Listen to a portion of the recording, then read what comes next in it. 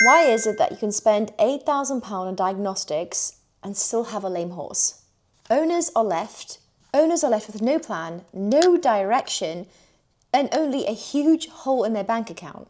This has to change. This week, I've been to Liverpool, I've been to the Lake District, I've been back to Leeds, and I hear the same stories over and over again.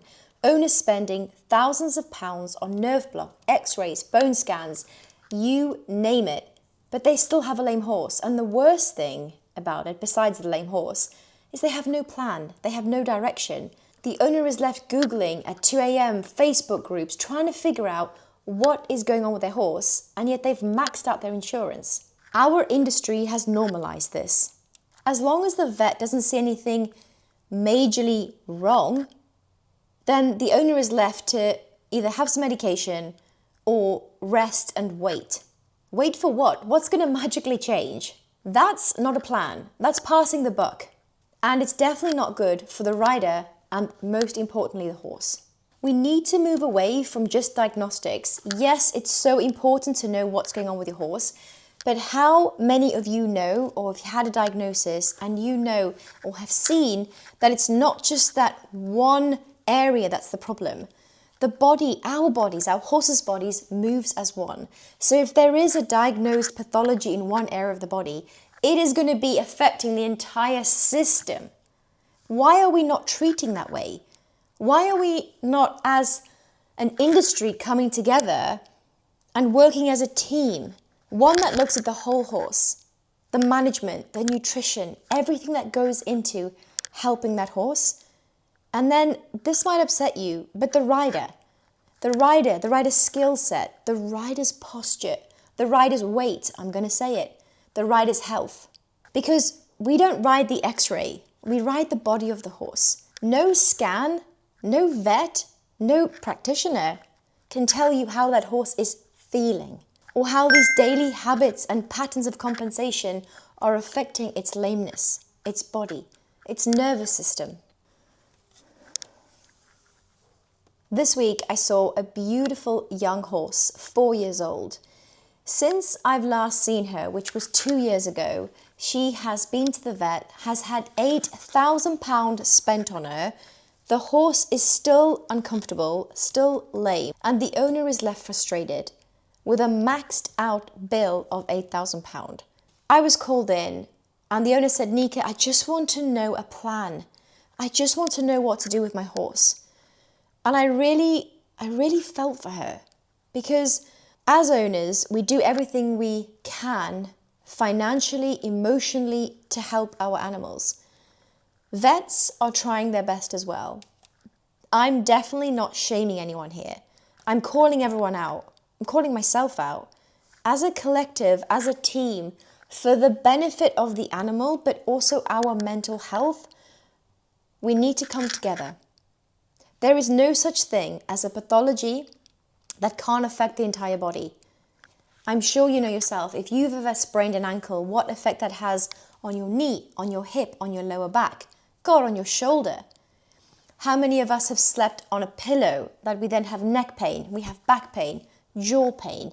It's so connected. And then the worst thing is, no one is then looking at the rider and going, okay, if this is what the horse is presenting with, and say you are working as a team and you are seeing the horse as a whole, and you are putting together that if this area has the pathology, then all the compensations around the body will be compromised, what about the rider?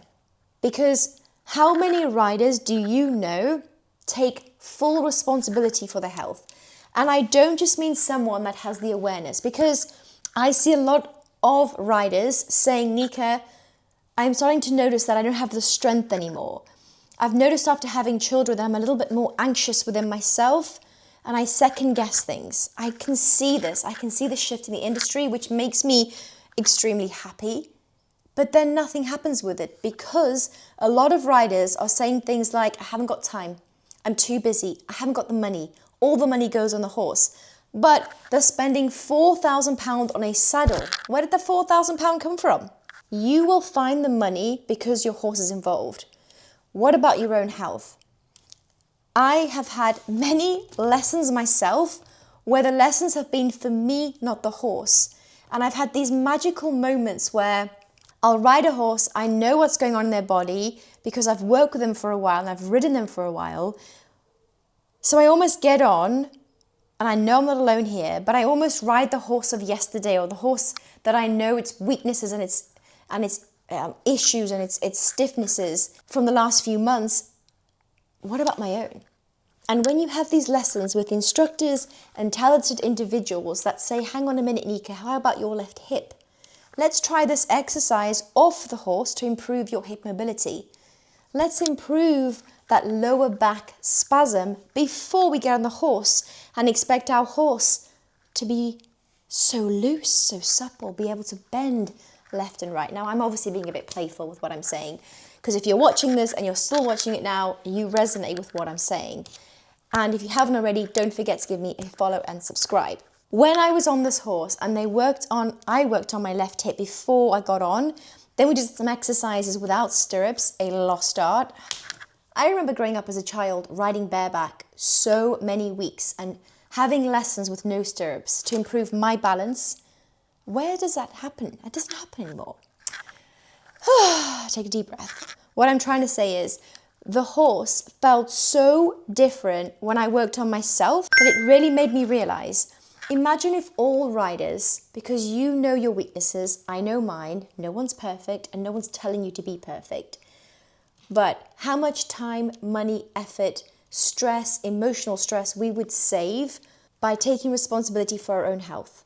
By actually saying, okay, today, take it one step further, I know my period is due next week. I'm a little bit more irritable. I know that I've got these changes going on and I just don't feel myself. Taking responsibility before I reach my horse and saying, do you know what, today I'm not the same rider as I was last week, so I'm going to do some groundwork instead. Try it. I promise you, you will have not only a better session, your horse will have a much deeper respect, understanding for you, because horses are so in tune with their body. They don't speak English. I know you know that. But they speak and communicate with their body and energy. And they know when you're not yourself. They know when something's off. They know when you're feeling a bit of pain, whether that is emotional pain, whether that's body pain, spiritual pain, whatever pain it is, the horses read that. And if you bring that to your session with your horse, without taking responsibility and so showing yourself some self-compassion, how can you expect your horse to be moving well, to be supple, to be soft when you're carrying the stress? Press pause and just think about that. If you're someone who's been through similar stories, money pit, diagnostics after diagnostics with no definitive clear plan, I would love to know. Comment below, let me know. If you want to join a safe group, I have a free group called the Female Rider Code. In that group, I help with rider wellness, both mentally and physically, but also showing you simple and effective exercises to help better understand your horse. The link for this group is in the description down below.